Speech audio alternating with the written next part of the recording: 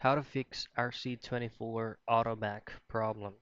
The first things first is locate your phone settings, and from your phone settings scroll down a little bit till you find apps and go to manage apps.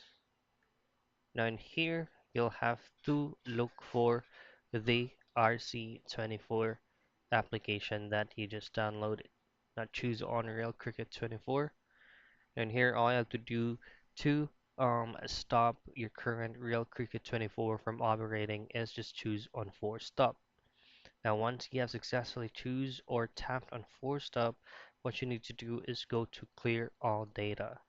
Now just tap on OK, and all the unnecessary bugs or cracks from Real Cricket 24 app you have will be removed.